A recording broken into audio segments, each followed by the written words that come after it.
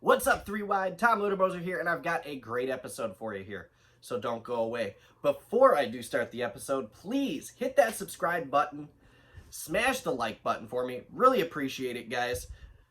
It means a lot to me. It helps build the channel up, and it shows me you guys are interested, so I can push some money in. I can get a better camera, I can get some better sound equipment, and some better lighting than this crappy house lamp here missing the shade. Help rebuild the studio too. So anyway, guys, we had Daytona tonight. Arguably one of the cleanest Daytona races I have ever seen for a very, very, very long portion of that race until, what was it, the 51, 52 car got a little wall smacking. And then it kind of built everything back up and the pressure started hitting. We all obviously saw it happen from there.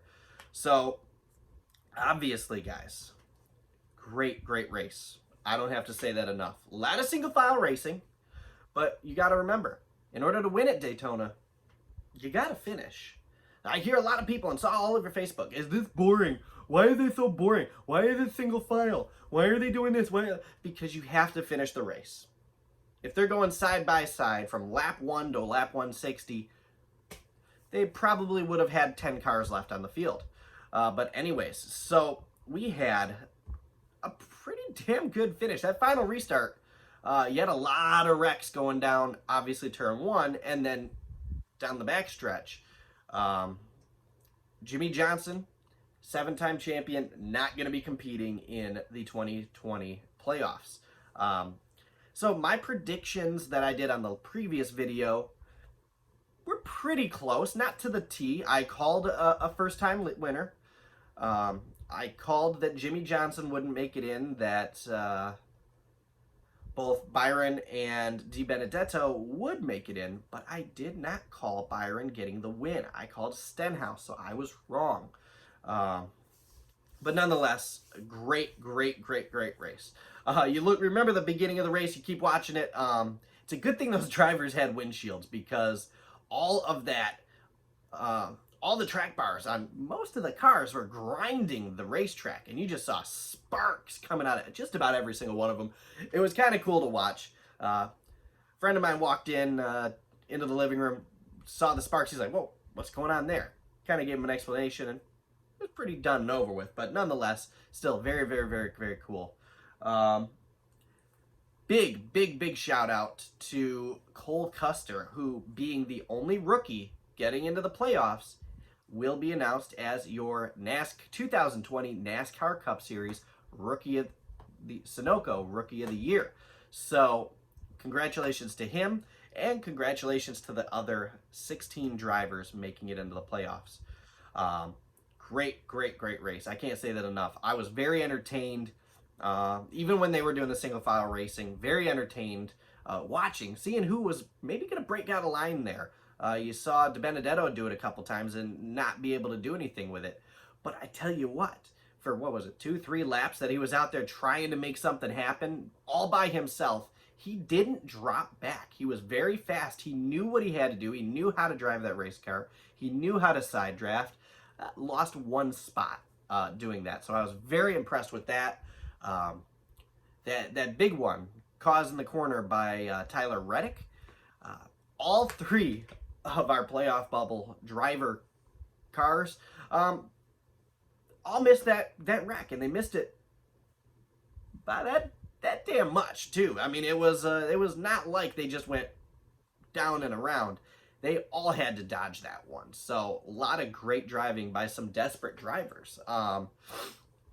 Obviously, Jimmie Johnson got taken out in the wreck, late race wreck. I knew it was over from there. Somebody said, well, if there's another wreck and DiBenedetto gets knocked out, or Byron get knocked out, then obviously they can go up there. He can go up there and get those points and get past them. Absolutely correct. So I don't blame them. His crew did a fantastic job taking that, what was left of that race car, and making it drivable. So that was really good.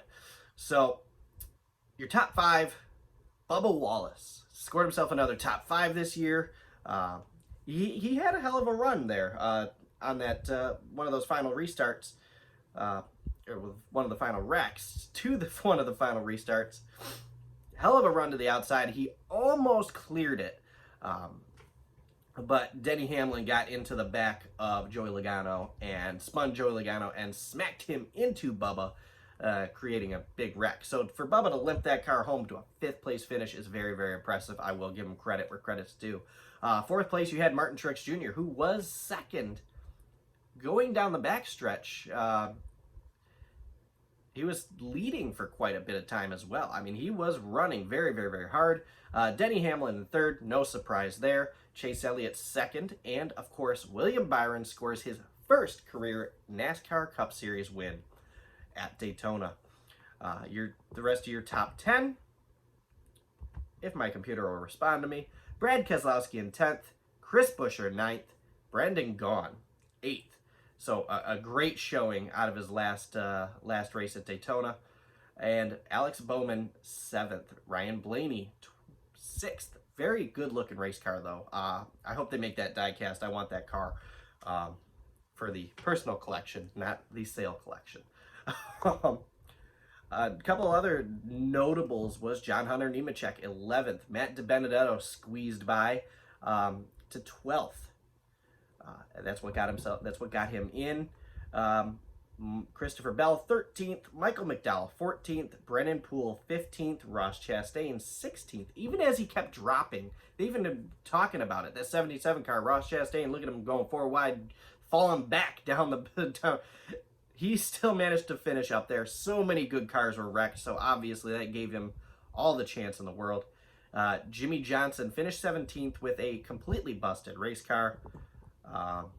Eric Almirola 18th with a busted race car. Clint Boyer 19th busted race car. Kevin Harvick 20.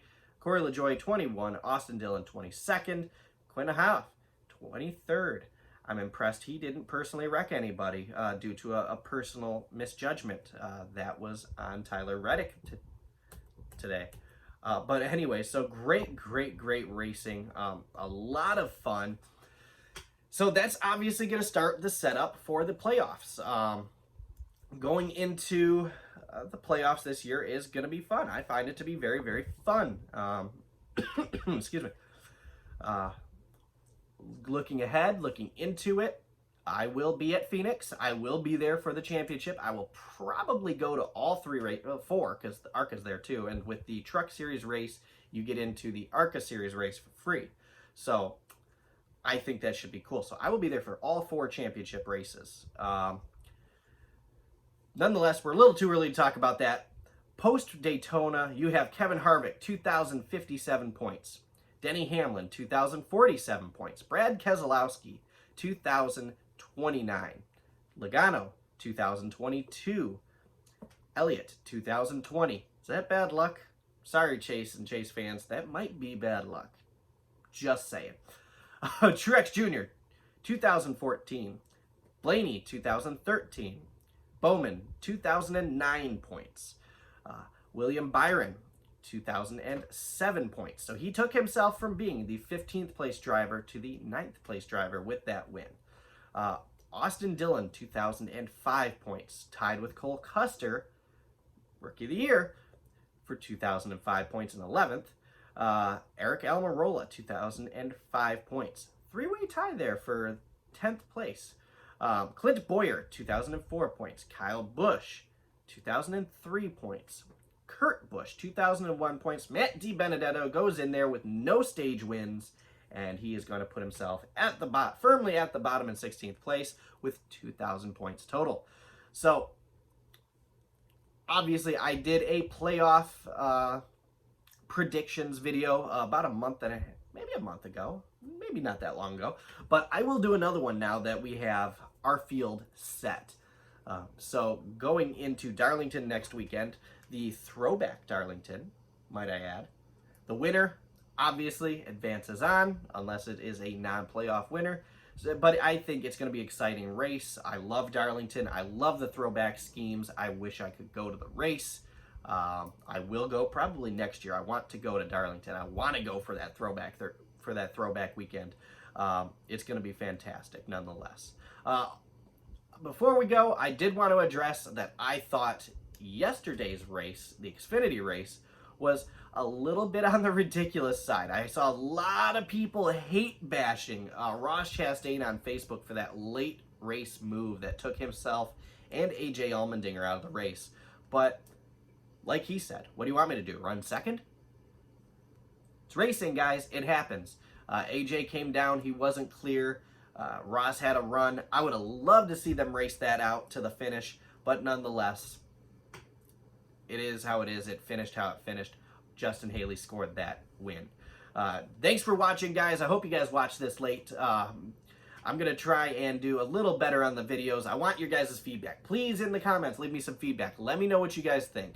It will be much appreciated. Let me know how you think I do the videos, something you think I might need to change, something you think I do great at.